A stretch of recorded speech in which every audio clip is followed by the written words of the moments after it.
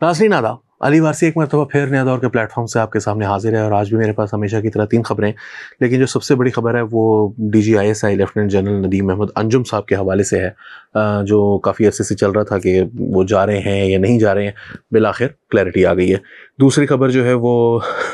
अनवारुल हक काकड़ साहब जो है उन्होंने 2 काम किए, तो एक के ऊपर हम बात करेंगे, दूसरा जो है वो बस मैं वैसे ही पासिंग रिमार्क एक दे दूँगा, जिसके अंदर कोई ज़्यादा लंबी चौड़ी बात नहीं है। तीसरी चीज़ जो है वो जनाब अली ये है कि हनीफ अब्बासी साहब जो हैं वो भी आज पीपल्स पार्टी के खिलाफ बोले हैं। कल बिलावल भुट्टो जरदारी साहब बोले थे, तो फिर हनीफ अब्बासी साहब जो हैं उन्होंने फिर बिलावल को जवाब दिया है। बिलावल को जवाब देने पर वैसे उनके साथ चौधरी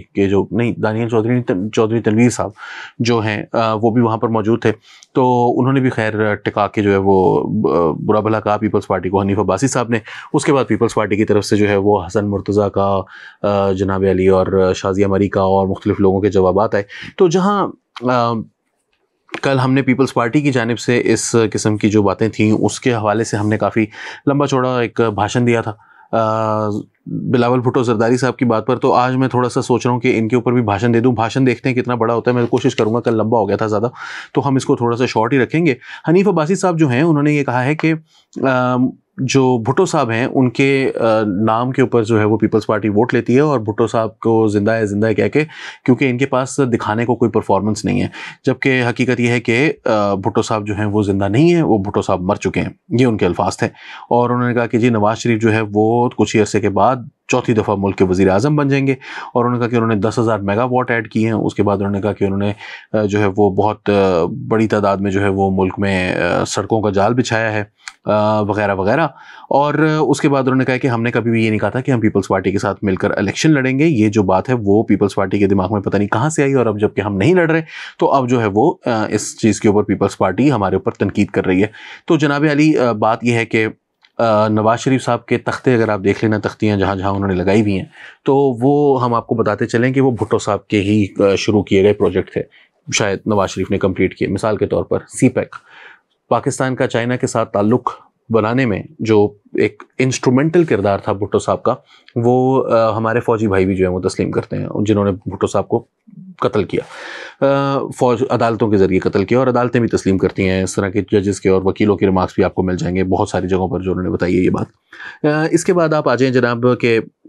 उन्होंने बिजली के कारखाने जो है वो पाकिस्तान में लगे, बिल्कुल लगे, नवाज शरीफ साहब के दौर में CPEC के तहत ही लगे। CPEC की तो मैंने पहले जिक्र किया, लेकिन साथ साथ आप ये भी याद रखें कि बेनज़ीर भुट्टो साहब ने 1994 के अंदर पहली दफ़ा जब इसको प्राइवेट साइड की तरफ लेकर गई,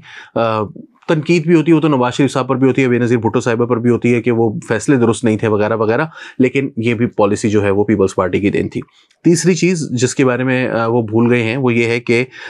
जो नवाज शरीफ साहब हैं उन्होंने जो एटमी धमाके किए थे वो भी भुट्टो साहब का दिया हुआ एटमी प्रोग्राम था, जिसके तहत उन्होंने एटम बम पाकिस्तान ने बनाया। नवाज शरीफ साहब ने धमाका किया, उनको भी किरदार, उनका भी क्रेडिट है, इसमें कोई शक नहीं है, लेकिन असल क्रेडिट जो है वो भुट्टो साहब को ही जाता है उस हवाले से भी। फाइनली उन्होंने ये कहा है कि जी सड़कों का जाल उन्होंने बिछाया, अच्छी बात है, मैं उसकी कभी भी मुखालफत नहीं करता, बहुत अच्छा काम उन्होंने किया है, इसमें कोई शक नहीं है।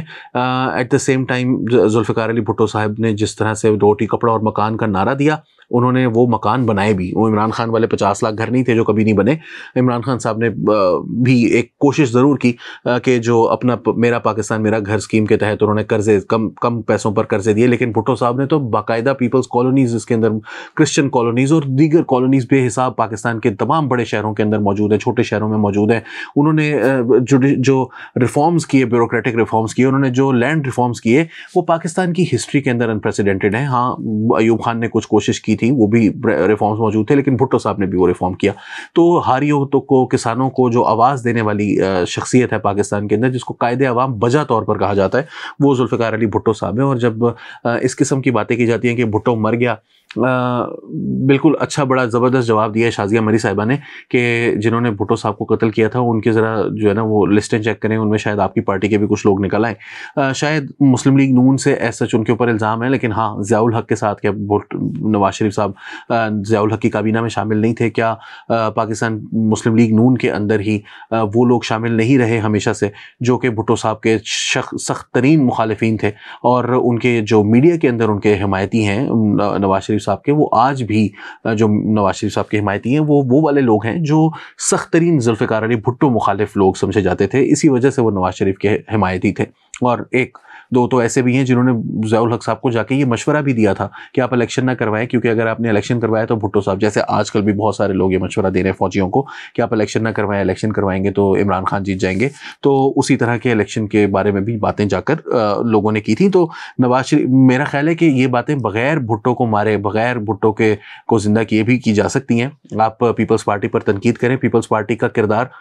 2018 के इलेक्शन में बहुत गलत था, पीडीएम के हवाले से बहुत गलत था। जो उन्होंने सेनेट के अंदर उनका किरदार था, चाहे वो इलेक्शन से पहले 2018 के जो सेनेट का इंतखाब हुआ, उसके बाद जब सादिक संजरानी को हटाने की बात हुई तब उनका जो किरदार था, जब सादिक संजरानी को दूसरी मरतबा हटाने की, यानी यूसुफ रजा गिलानी साहब के जरिए हटाने की जो बात हुई, उस वक्त भी पीपल्स पार्टी का किरदार बहुत गलत था। पीडीएम को तोड़ने में पीपल्स पार्टी का किरदार बहुत गलत था। तो अब ये तमाम किरदार, मतलब एतजाज़ एहसन को सदर के इलेक्शन लड़वाना का फैसला पीपल्स पार्टी का, ये सब, ये इन चीज़ों के ऊपर बात हो सकती है। पीपल्स पार्टी के ऊपर सिंध के अंदर उनकी जो कारकर्दगी उस पर बात हो सकती है, मगर ये भुट्टो को मारने से आपको कोई फ़ायदा नहीं होगा। बहुत अच्छी बात की है हसन मुर्तज़ा साहब ने कि नवाज शरीफ साहब जो है वो हमेशा से भुट्टो साहब के पीछे छुपते नज़र आते हैं। जब भी वो कोई मुश्किल बात होती है तो वो कहते हैं कि कभी किसी को फांसी दे दी, कभी किसी को जिला वतन कर दिया, क्योंकि खुद तो फांसी नहीं चढ़े, कोई लाशें तो नहीं है दिखाने को, शहादतें तो नहीं है दिखाने को। तो फिर वो कहते हैं कि जी बेनज़ीर भुट्टो को भी शहीद कर दिया गया, जुल्फ़िकार अली भुट्टो को भी शहीद कर दिया गया,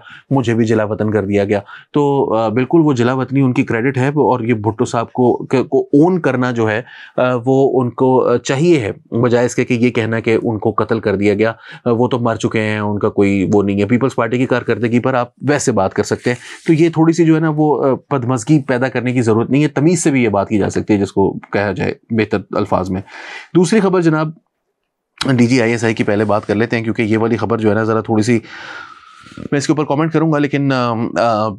बाद में जो है वो इस हवाले से बात करेंगे। जो नदीम अहमद अंजुम साहब हैं, लेफ्टिनेंट जनरल नदीम अहमद अंजुम, जो कि DGISI हैं, इनके हवाले से जनाब आली इत्तला ये है कि वो कंटिन्यू करेंगे, वो रिटायर नहीं हो रहे, इस पोजीशन से हट नहीं रहे हैं। आपको याद है कि उनकी जब वो हटे थे, अब जब लगे थे तो उस पर भी एक बहुत बड़ा फड्डा खड़ा हो गया था, एक तनाज़ा खड़ा हो गया था। और वो तनाज़ा ये था कि जी ये जो हैं नदीम अहमद अंजुम साहब, इनको नहीं लगाना, इमरान खान साहब कह रहे थे, और बाजवा साहब इनको लगाना चाहते थे, इमरान खान साहब फैज़ हमीद को रिटेन करना चाहते थे। वही चीज़ थी जिसने 6 महीने बाद इमरान खान साहब को हुकूमत से चलता किया। अब दूसरी चीज़ जो है वो आई है जनाब अली के नदीम अहमद अंजुम साहब जो है वो जा रहे हैं, तो इस वक्त भी एक कंट्रोवर्सी, थोड़ी सी छोटी सी कंट्रोवर्सी, उसके मुकाबले में बहुत छोटी सी कंट्रोवर्सी, क्योंकि इसमें हुकूमत इन्वॉल्व नहीं है। अब अनवारुल हक काकड़ साहब क्या इन्वॉल्व होंगे इस मामले में, वो कहाँ कहेंगे कि इसको ना लगाओगे, कि तुझे लगाया है, इसको क्यों नहीं लगाऊंगा मैं। लेकिन जो नदीम अहमद अंजुम साहब हैं, उनके बारे में ये कुछ सहाफ़ियों ने इस तरह की बातें ज़रूर की हैं, अलबत्ता रिपोर्ट्स दी हैं कि उनको हटाने की कोशिश की जा रही है। कुछ जो है वो लोग चाहते हैं, फैसल नसीर साहब जो हैं, जो DGC हैं, वो उनको आर्मी DGISI लगाने की जो है वो ख्वाहिश है शायद आर्मी चीफ की, और नदीम अहमद अंजुम साहब को रिटेन करने की भी ऑप्शन है। तो बहरहाल अभी स्टेटस को बरकरार रखा गया। स्टेटस को बरकरार रखने से हुआ ये है जनाब के अब देखते हैं कि नदीम अहमद अंजुम साहब, देखें ये भी मैं आपको बता दूं कि नदीम अहमद अंजुम साहब जो है उनके बारे में मुस्लिम लीग नून के लोगों का ये ख्याल है कि ये बिलावल के जो है ना वो बड़े फ़ैन हैं, या बिलावल को बड़ा पसंद करते हैं, या पीपल्स पार्टी इनको बड़ा पसंद करती है। अब किस हद तक ये बात दुरुस्त है, किस हद तक नहीं है, या उनकी तरफ से वो रेकमेंडेड हों, शायद जरदारी साहब या किसी से मशवरा किया गया हो और उन्होंने ये कहा कि, लेकिन वो तो कम्प्लीटली बाजवा साहब का फैसला था। अब हमें नहीं पता कि इसकी हकीकत क्या है। नून लीग के कुछ दोस्तों से मेरी जब बात हुई करीब हफ्ता भर पहले, तो उनकी तरफ से यही कहना था कि नदीम अहमद अंजुम साहब जो हैं वो पीपल्स पार्टी के बड़े पसंदीदा हैं। तो अब नवाज शरीफ साहब के ख़िलाफ़ कुछ फ़ैसले भी जो है वो मतलब उनकी पसंद के नहीं आ रहे। शहबाज शरीफ का भी केस खोल रहे हैं, नवाज शरीफ का भी केस रीओपन हो रहा है, but at the same time Zardari साहब का भी केस रीओपन हो रहा है। तो अब समझ से बाहर है कि वाक़या क्या किस तरह से आगे बढ़ेगा। बहरहाल अब प्राइम मिनिस्टर जो हैं उन्होंने आखिरी जो हमारी खबर है वो ये कि प्राइम मिनिस्टर साहब जो हैं उन्होंने पार्टिसिपेशन के लिए मिस यूनिवर्स की जो पेजेंट है उसके ऊपर नोटिस ले लिया है कि मिस पाकिस्तान कैसे पार्टिसिपेट कर रही है। तो अनवारुल हक काकड़ साहब जो हैं वो कह रहे हैं कि इन्होंने एक्शन लिया है, एक अनऑथराइज्ड ब्यूटी कॉन्टेस्ट है उसके हवाले से, और पाकिस्तान को वो रिप्रेजेंट कर रही हैं कोई मिस यूनिवर्स पेजेंट के अंदर। तो प्राइम मिनिस्टर जो है उन्होंने फ़ॉरेन ऑफिस को कहा है कि वो UAE गवर्नमेंट से जो है वो फौरी तौर पर रब्ता करें, और इससे पहले उन्होंने इंटेलिजेंस ब्यूरो को ये कहा था कि इसकी इन्वेस्टिगेशन करें और कि कौन कि ये जो ऑर्गेनाइजेशन है जिसने भी ये काम किया है और ये पाकिस्तान का नाम जो है वो इस कनेक्शन में क्यों इस्तेमाल किया जा रहा है। आईबी ने जो है वो एक रिपोर्ट वज़ीर आज़म साहब को जमा करवाई थी। इसके बाद care taker information minister Murtaza Solanki साहब जो हमारे बड़े भी हैं, उन्होंने कहा कि उन्होंने क्लैरिफाई किया था ट्विटर पर कि जो गवर्नमेंट है या स्टेट ऑफ पाकिस्तान है वो गवर्नमेंट और स्टेट ऑफ पाकिस्तान के इंस्टीट्यूशंस के ज़रिए ही अपने आप को रिप्रेजेंट करती है और हमने किसी स्टेट या नॉन स्टेट एक्टर को, नॉन गवर्नमेंटल पर्सन को पाकिस्तान को रिप्रेजेंट करने के लिए जो है वो नहीं भेजा है। और उसकी वजह जो थी वो ये थी कि अंसार अब्बासी साहब जो हैं उन्होंने एक रिपोर्ट की थी, उन्होंने कहा था, उन्होंने ट्वीट ही की थी, उन्होंने भी रिपोर्ट क्या करनी है, उन्होंने कहा था कि ये क्या हो रहा है, पाकिस्तान का नाम कैसे इस्तेमाल हो सकता है वगैरह वगैरह। अब मिस यूनिवर्स में किसका नाम इस्तेमाल करें, आपका नाम इस्तेमाल करें। मिस यूनिवर्स का कॉन्टेस्ट हो रहा है, कोई खातून जा रही है जो पाकिस्तान से ताल्लुक़ रखती है और वो अपने आप को मिस पाकिस्तान कह रही है, ब्यूटी कॉन्टेस्ट वालों की मर्जी है, वो क्या, अब उसको क्या कहें, मिस क्या, मिस व्हाट। अजीब एक मेरा प्रॉब्लम यहाँ पर अंसार अब्बासी की ट्वीट ज़्यादा बड़ा है। उसकी वजह यह है कि हमारे जो हुकूमतें होती हैं वो बेचारी मजबूर हो जाती हैं इस किस्म की बातों को रिस्पॉन्ड करने के लिए। मगर अंसार अब्बासी साहब ने ये ट्वीट क्यों की, क्या तकलीफ़ क्या थी उनको, क्या उनको ज़बरदस्ती किसी ने कहा है कि आप ये ब्यूटी पेजेंट जो है वो ज़रूर देखें, क्या उनको किसी ने कहा है, पाकिस्तान का नाम दुनिया भर में दहशतगर्दी से मुंसलिक है। अंसार अब्बासी साहब दहशतगर्दों के हिमायती बहुत पुराने, वो उससे तो उनको शर्मिंदगी नहीं महसूस हो रही, लेकिन उनको इस चीज़ से शर्मिंदगी महसूस हो रही है कि एक ब्यूटी पेजेंट है और वहाँ पर एक लड़की जो है वो खूबसूरत दिखती है, वो पाकिस्तान के नाम के साथ। नहीं, हमारे तो इतनी बड़ी बड़ी दाढ़ियाँ होती है और बम फाड़ते होते हैं, जाके लोगों को कत्ल करते होते हैं। हमारा काम जो है वो ये है, उन्होंने कभी, मैंने तो नहीं देखा टीएलपी पाकिस्तान को रिप्रेजेंट कर रही है इस हवाले से उन्होंने कि वो हॉलैंड के अंदर जाके एक बंदे को कत्ल करने के लिए वो बंदा पकड़ा गया था जिसने फ्रांस में जाके छुरियां मार दी लोगों को। उसके ऊपर तो अंसार अब्बासी साहब को कोई अफसोस का इजहार उन्होंने नहीं किया, ना ही उन्होंने ये कहा कि जी पाकिस्तान जो है उसका नाम इसके साथ कैसे मुंसलिक किया जा सकता है। जिस बंदे ने लंदन के 7/7 धमाकों में जो शख्स इन्वॉल्व था वो भी पाकिस्तान से गया हुआ था, पाकिस्तानी था, पुराना उसके लिंक्स थे पाकिस्तान से, ट्रेनिंग कहते हैं लोग के लेकर गया था, बहुत सारे मुहक्किकीन का ये कहना है। तो उसके हवाले से तो जब ये उसामा बिन लादेन पाकिस्तान से पकड़े गए थे तो अब तो अंसार अब्बासी साहब ने नहीं कहा कि पाकिस्तान का नाम इसके साथ लिंक नहीं होना चाहिए, लेकिन यहाँ पर उनको ये ब्यूटी पेजेंट नहीं होना चाहिए। दहशतगर्दी हो सकती है, हम बच्चों को रेप करने के लिए जो है वो उस कसूर के हवाले से पूरी दुनिया में हमारे नाम मशहूर, हम बच्चों को कत्ल करने के हवाले से एपीएस पेशावर के मशहूर, हम अफगानिस्तान के अंदर दहशतगर्दों को इंस्टॉल करने में मशहूर, हम भारत का हमारे ऊपर इल्ज़ाम है, ईरान का हमारे ऊपर इल्ज़ाम है, पूरी दुनिया समझती है कि हम एक दहशतगर्द मुल्क हैं। यहाँ पर इस्लामी इंतहा पसंदी है, हम अपने गवर्नरों को कत्ल करते हैं, हम अपने मिनिस्टर्स को कत्ल करते हैं, सूबाई मिनिस्टरों को कत्ल करते हैं, फेडरल मिनिस्टर्स को गलत करते हैं, माइनॉरिटीज़ के मिनिस्टर को हम कत्ल कर देते हैं। हम उस मुल्क से ताल्लुक़ रखते हैं जहाँ पर वज़राए आज़म को फांसियाँ दी जाती हैं, जहाँ पर जो वज़ीर आज़म साबिक होता है वो आर्मी चीफ को गद्दार वतन करार दे रहा होता है, वो मीर जाफ़र और मीर सादिक करार दे रहा होता है। हम उस मुल्क से ताल्लुक़ रखते हैं जहाँ पर एक वज़ीर आज़म जो है वो अपने आप को अमीरुल मोमिनीन करार देना चाहता है। एक वज़ीर आज़म जो है उसके ऊपर ये इल्ज़ाम है कि उसने जो है वो करप्शन के अंबार लगा रखे थे। एक बंदा है उसने घड़ी बेच दी उठा के, जिसके ऊपर खाना काबा की तस्वीर बनी हुई थी, वो एक मुल्क से हमें मिला था। वो हमारे मुल्क का असल चेहरा है। हमारा मुल्क जो है वो किसी खूबसूरत लड़की की शक्ल से जो है ना वो मुंसलिक नहीं होना चाहिए। अनवारुल हक काकड़ साहब जो है वो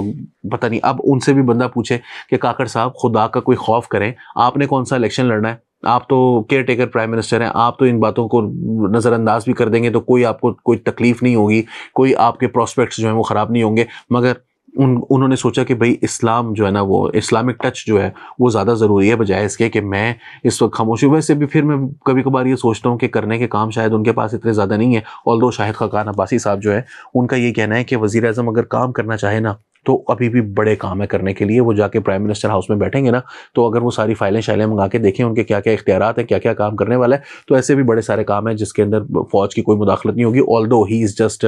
pawn in the hands of the establishment. उसके बावजूद अगर उनका ये ख्याल है कि वो सिर्फ ये वाले काम करने के लिए वज़ीर आज़म बने